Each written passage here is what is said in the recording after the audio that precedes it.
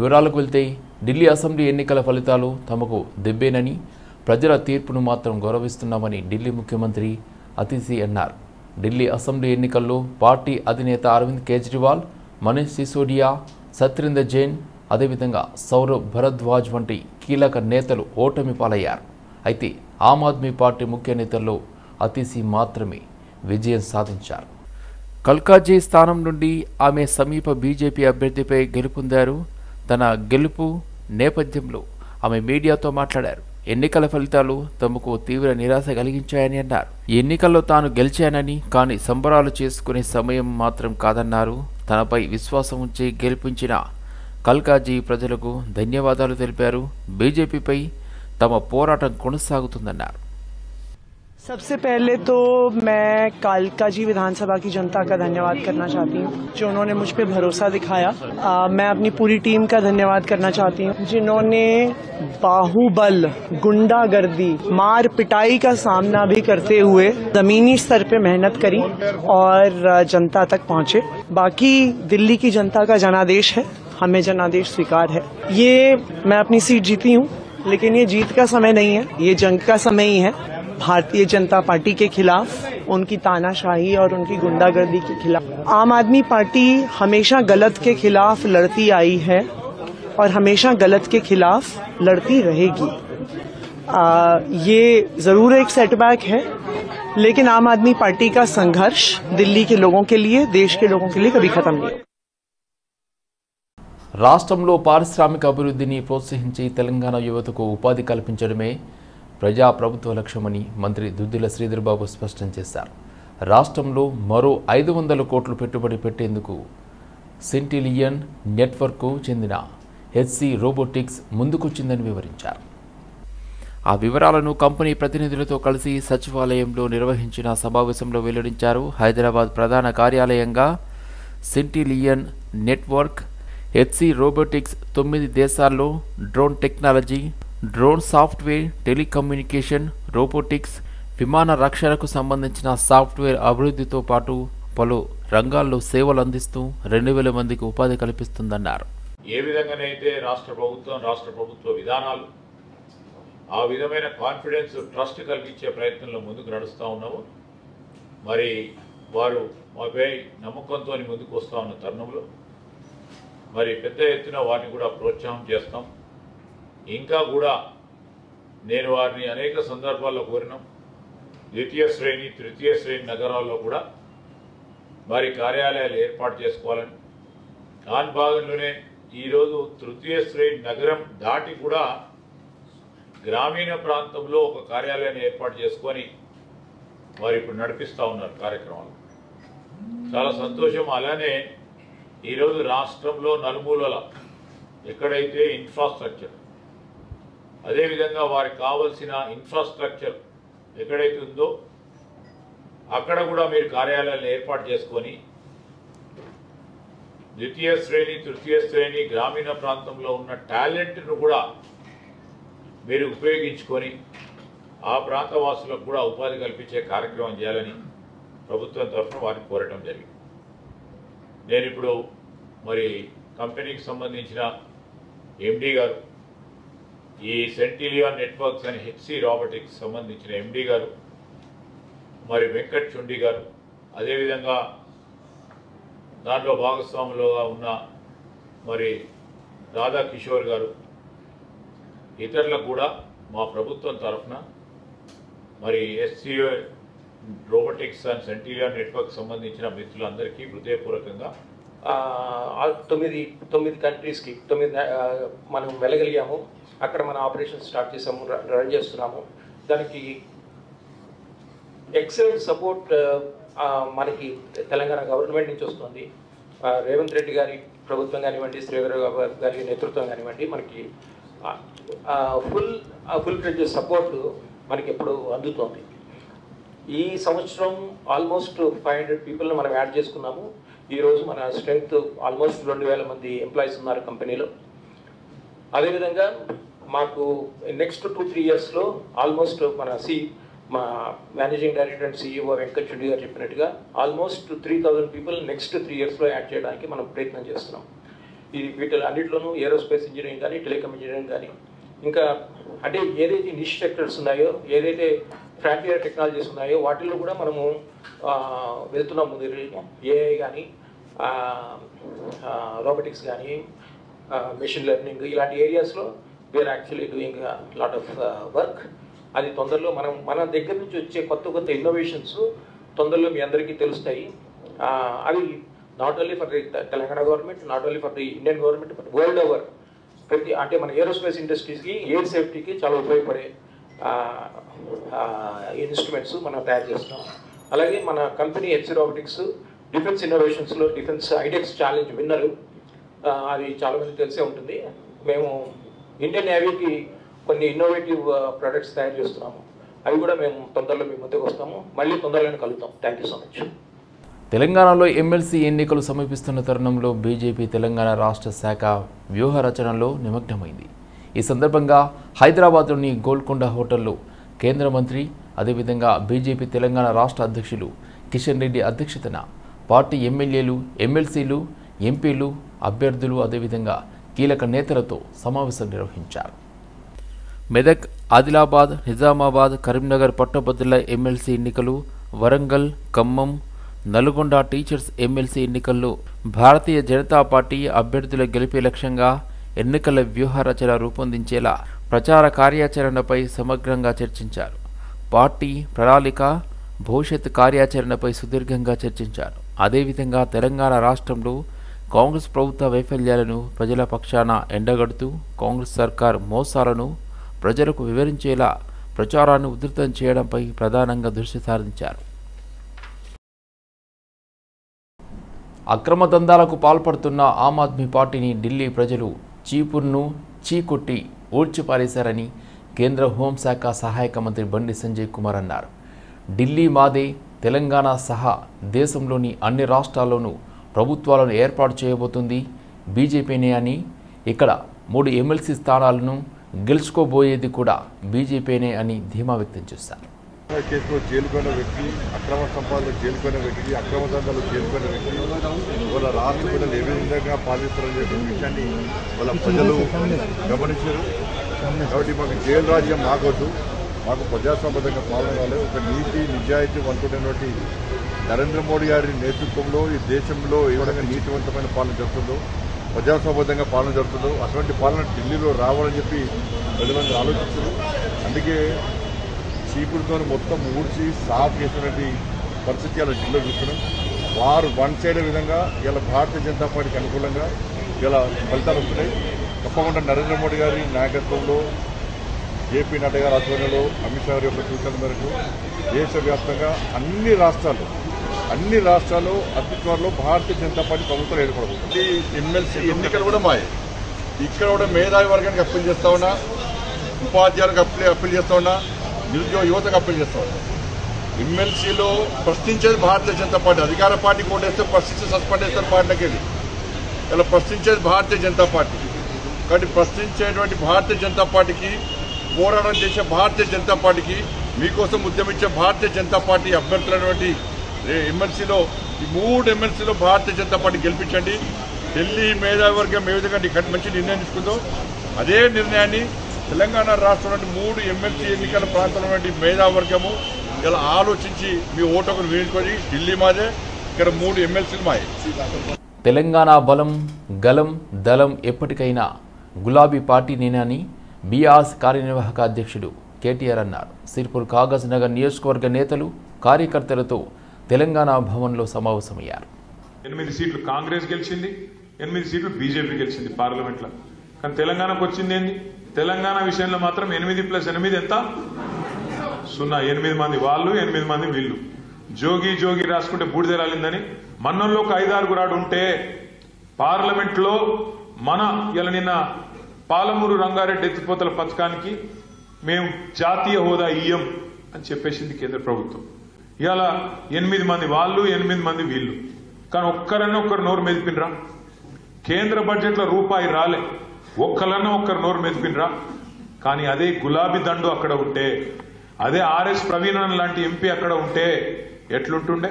ఇలా అక్కడ గర్జిస్తుంటిమి, నిలదీస్తుంటిమి, కొట్లాడుతుంటిమి, ఎట్లా ఇయ్యమని చెప్పి అక్కడ అవసరమైతే గల్లబట్టి అడుగుతుంటిమి.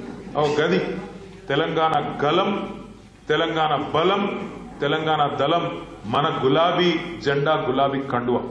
ఎక్కడ పోయిందాన్ని ఆడనే దేవులాడుకోవాలి. మీరు రేపు 4-5 జెడ్పీటీసీలు అడగలు వచ్చిరనుకో, ఇక మిమ్మల్ని కూడా అడుగుతాడు ఎవడన్నా. పార్టీ కూడా ఇంకో గీనొత్తారట గాయనొత్తారట అని ఆలోచన చేస్తుందా? ఈ ఎలక్షన్లో మీ సత్తా మొదలు చూపండి. మళ్ళా కోరుతాం. ప్రజలు చాలా కోపంగా ఉన్నారు, అది కూడా చెప్తున్నా మీకు నేను. ప్రజలు కోపంగా ఉన్నారు. కాంగ్రెస్ ఓడవడన్న ప్రచారానికి వస్తే తన్నటట్టే ఉన్నారు. నిజంగా చెప్తున్నా, ఆ వీడియోలలో తిట్లు ఏందా నాకు అర్థం కాదు. నేను ఇన్ని తిట్లు ఉంటాయని కూడా తెలియదు నాకు. ఏం అవసరం ఉన్నది ఇంత దుర్మార్గంగా పాలన చేస్తాను? నిన్న ఒక ఊళ్ళో కొడంగల్లో భూములు అంటే ఒక్క ఊళ్ళో 110 ఎకరాలు కావాలంట రేవంత్ రెడ్డికి. ఆ 110 ఎకరాల కోసం 400 మంది పోలీసులు పంపుతావు. అలా మీదికి మొన్ననే పగబట్టి 40 రోజులు జైలుకి పంపిండి 40 మందిని. మళ్ళా సిగ్గు లేకుండా మళ్ళీ అదే ఊరికి 400 మంది పోలీసులను పంపి ఇది పోలీస్ రాజ్యం అన్నట్టు హుకుమత్ చేస్తా ఉన్నాడు. ఇక్కడ ఒక చెప్పుల దుకాణం కొట్టుకునేటోళ్ళు నాచారంలో. ఇంకొక ఆమె ఒక చిన్న పాల దుకాణం, పాల డబ్బా, దుకాణం కూడా కాదు డబ్బా, డబ్బా మీద పడ్డాడు. అంటే ఇక పేదోళ్ళు బతకాదు తెలంగాణలో. 10 ఏళ్ళు కేసీఆర్ గారికి ఇట్లాంటి గలీజ్ పనులు ఏమైనా చేసిండా? పేదోడిని కడుపులో పెట్టుకొని చూసుకున్నాడు. రైతుకు టైంకు పైసలు ఇచ్చిండు. కరోనా వచ్చినా ఏమొచ్చినా రైతుని కడుపులో పెట్టుకొని చూసుకున్నాడు. ఇవాళ ఏమైందో తెలంగాణ ప్రజలకు సంవత్సరం లోపల అందరికి అర్థమైంది. ఢిల్లీ అసెంబ్లీ ఎన్నికల ఫలితాలు సరళిపై పీఆర్ సీనియర్ నేత హరీష్ రావు స్పందించారు. కాంగ్రెస్ కనీసం ఒక్క స్థానంలో కూడా గెలిచే పరిస్థితి లేకపోవడం పట్ల ఆయన వ్యంగ్యం ప్రదర్శించారు. ఢిల్లీ ఎన్నికల్లో కాంగ్రెస్కు గాడిద గుడ్డు మిగిలిందంటూ ఎద్దేవా చేశారు. మొన్న హర్యానా, నిన్న మహారాష్ట్ర, నేడు ఢిల్లీ. ఈ ఘోర పరాజయాల్లో రాహుల్, రేవంత్ రెడ్డిల పాత్ర అమోఘమంటూ ట్వీట్ చేశారు. ఇక్కడ హామీలు అమలు చేయకుండా ఇతర రాష్ట్రాల్లో ప్రచారం చేసుకుంటున్నంత మాత్రాన మీకు ఓట్లు పడతాయా? మీ గ్యారంటీల నిజస్వరూపం దేశవ్యాప్తంగా బట్టబయలైంది. ఢిల్లీ ఎన్నికల్లో లబ్ధి పొందేందుకు ఆగమనం చేసిన కులగణన బెడిసికొట్టింది. ఇప్పటికైనా తప్పులు ఒప్పుకొని ప్రజలకు క్షమాపణ చెప్పి కులగణనను మళ్లీ నిర్వహించండి అని, అన్ని కులాలకు సమన్యాయం జరిగేలా చూడండి అని చెప్పారు.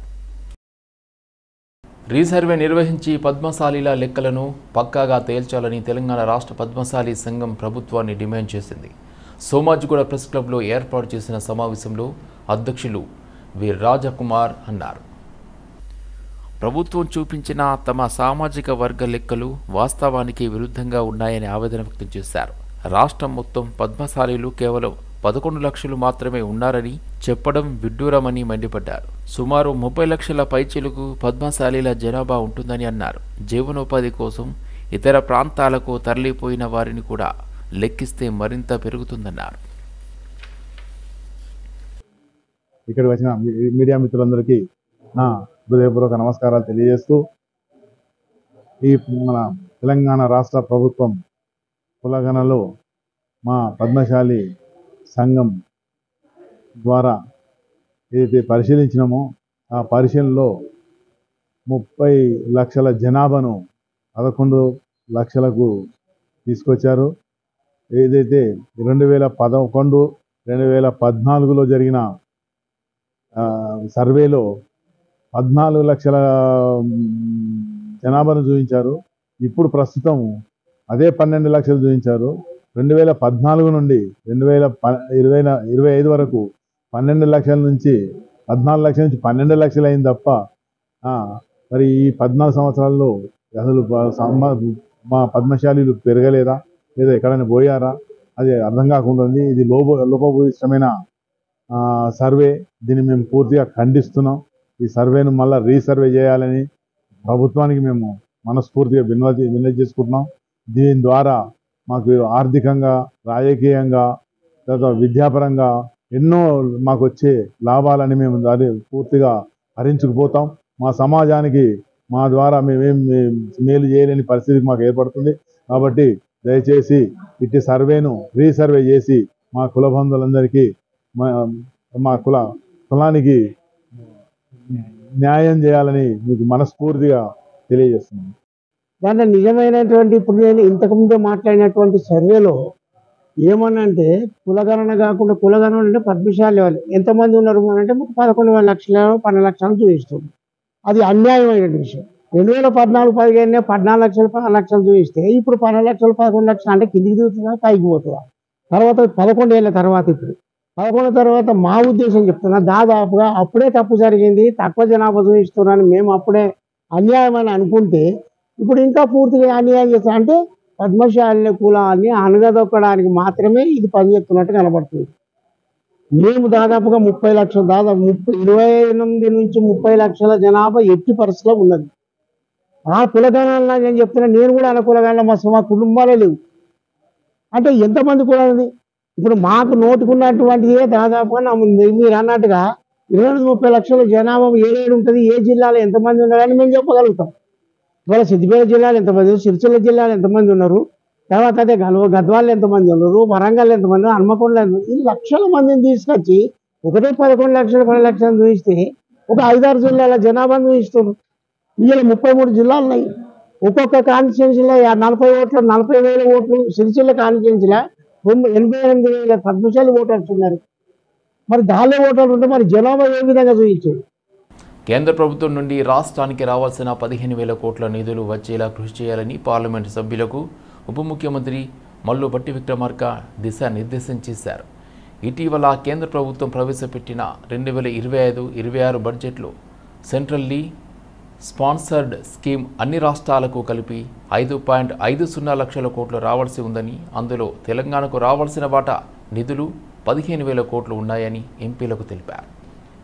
కేంద్రం నుంచి రావాల్సిన పెండింగ్ నిధుల వివరాలపై వారికి పవర్ పాయింట్ ప్రజెంటేషన్ ఇచ్చారు. ప్రధానంగా కేంద్ర వ్యవసాయ, గ్రామీణాభివృద్ధి, విద్య, ఆరోగ్య, పట్టణాభివృద్ధి, స్త్రీ శిశు సంక్షేమ శాఖల నుంచి రాష్ట్రానికి నిధులు రావాల్సి ఉందని ఎంపీలకు ఉప ముఖ్యమంత్రి వివరించారు. అదేవిధంగా కేంద్రం నుంచి రావాల్సిన పెండింగ్ పనులు, నిధులకు సంబంధించి రాష్ట్ర ప్రభుత్వం తయారు చేసిన బుక్లెట్లను ఎంపీలకు ఈ సందర్భంగా అందజేశారు. ఈ సమావేశంలో ఎంపీలు మల్లు రవి, రామసహాయం, రఘురామిరెడ్డి, చామల కిరణ్ కుమార్ రెడ్డి, బలరాం నాయక్, సురేష్ షెట్కర్, అదేవిధంగా అనిల్ కుమార్ యాదవ్, కడియం కావ్యాలతో పాటు రాష్ట్ర ఆర్థిక శాఖ ప్రత్యేక ప్రధాన కార్యదర్శి రామకృష్ణారావు, తెలంగాణ భవన్ రెసిడెన్షియల్ కమిషనర్ గౌరవ్ ఉప్పల్ పాల్గొన్నారు. బలహీన వర్గాల పక్షాన గొంతెత్తినందుకే ఈటల రాజేందర్ను బీఆర్ఎస్ నుండి గెంటేశారని మంత్రి పొన్నం ప్రభాకర్ ఆరోపించారు. ప్రస్తుతం బీఆర్ఎస్లో బీసీలకు ఏమైనా ముఖ్యమైన పదవులు ఉన్నాయా అని ప్రశ్నించారు.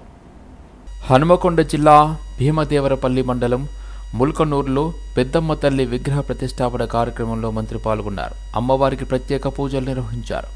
రాష్ట్ర ప్రభుత్వం చేపట్టిన కులగణనపై కొన్ని వర్గాలు అనవసరమైన ఆరోపణలు చేస్తున్నాయని విమర్శించారు.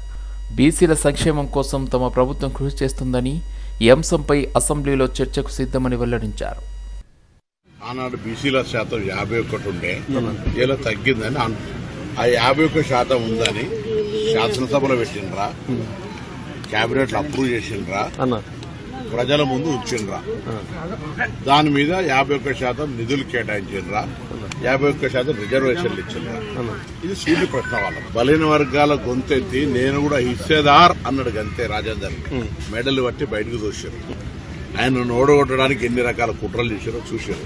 ఇవాళ కూడా మీ దగ్గర ప్రెసిడెంట్ మీరే, వర్కింగ్ ప్రెసిడెంట్ మీరే, శాసనసభ పక్ష నాయకుడు మీరే. బీసీలకు ఇచ్చిండ్రా? మీరెట్లా మాట్లాడతారయ్యా? ఎస్సీ వర్గీకరణ తీర్మానానికి కృషి చేసిన మంత్రి దామోదర రాజనసింహకు కృతజ్ఞతలు తెలిపారు ఎస్సీ 57 MBSC కులాల ప్రతినిధులు. ఎస్సీ వర్గీకరణ తీర్మానంను రాష్ట్ర శాసనసభలో ప్రవేశపెట్టినందుకు ఎస్సీ 57 MBSC కులాల హక్కుల పోరాట సమితి ప్రతినిధులు రాష్ట్ర వైద్య ఆరోగ్య శాఖ మంత్రి దామోదర రాజనసింహకు హైదరాబాదులో కలిసి కృతజ్ఞతలు తెలిపారు. ఎస్సీ వర్గీకరణకు కృషి చేసిన ముఖ్యమంత్రి రేవంత్ రెడ్డి, మంత్రి దామోదర రాజనసింహ చేసిన కృషిని డక్కలి కళాకారుడు పోచప్ప పాటగా మలిచి మంత్రికి వినిపించారు. ఈ సందర్భంగా డక్కలి పోచప్ప 12 మెట్ల కిన్నెరను మంత్రి పరిశీలించారు. పోచప్ప అభ్యర్థన మేరకు 12 మెట్ల కిన్నెరను మంత్రి దామోదర రాజనరసింహ వాయించి అందరినీ ఆకట్టుకున్నారు.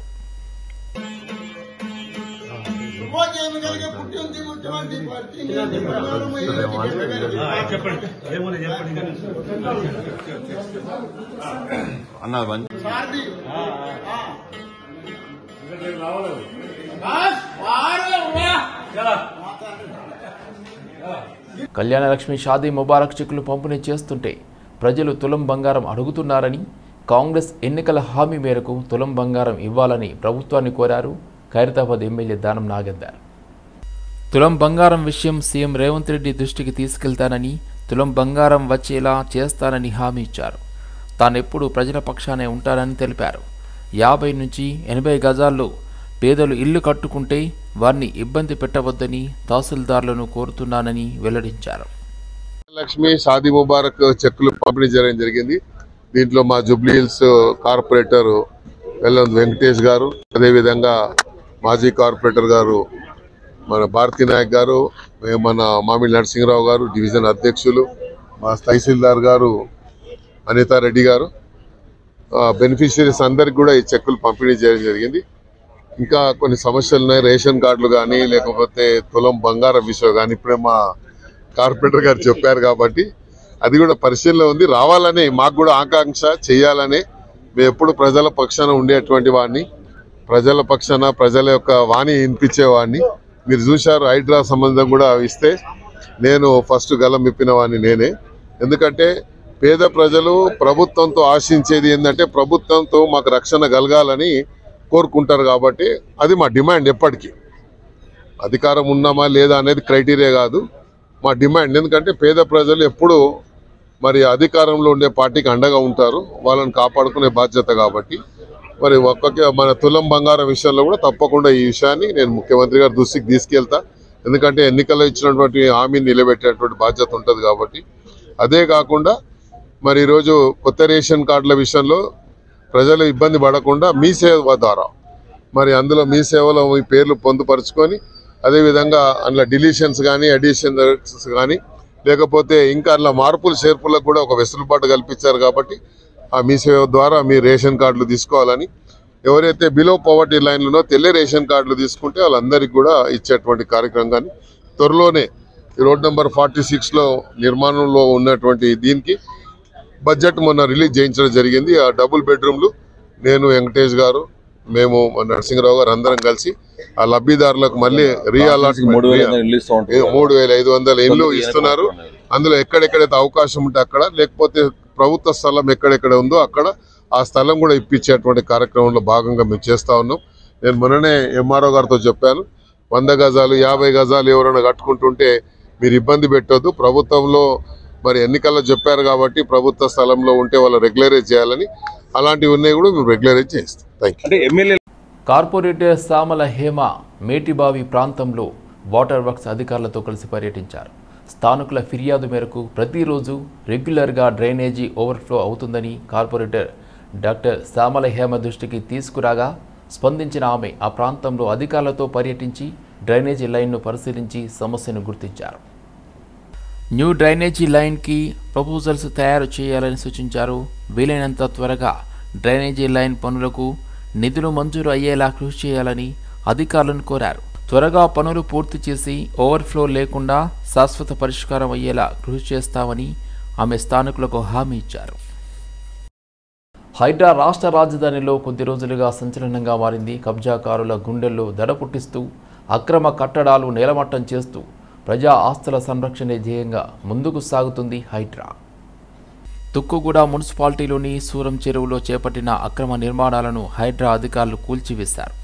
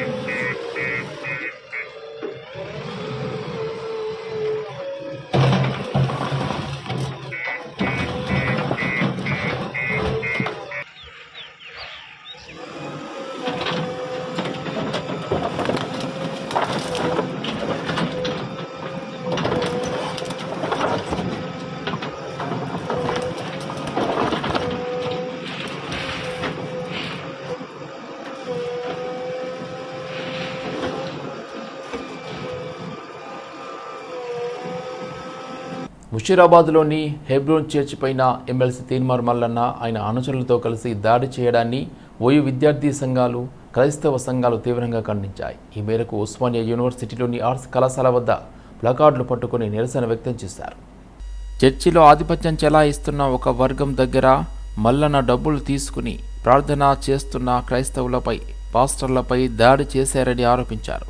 ఎమ్మెల్సీ అయినంత మాత్రాన ప్రభుత్వ ఆధీనంలో లేని ప్రైవేటు స్థలానికి సంబంధించిన దాంట్లో తీన్మార్ మల్లన్న ఇన్వాల్వ్ అయి క్రైస్తవుల మీద ఎలా దాడి చేస్తారని ప్రశ్నించారు. తీన్మార్ మల్లన్న హెబ్రోన్ చర్చ్ పైన ఒక 200 మందిని తీసుకొని పోయి హెబ్రోన్ చర్చ్ మీద దాడి చేయడం జరిగింది.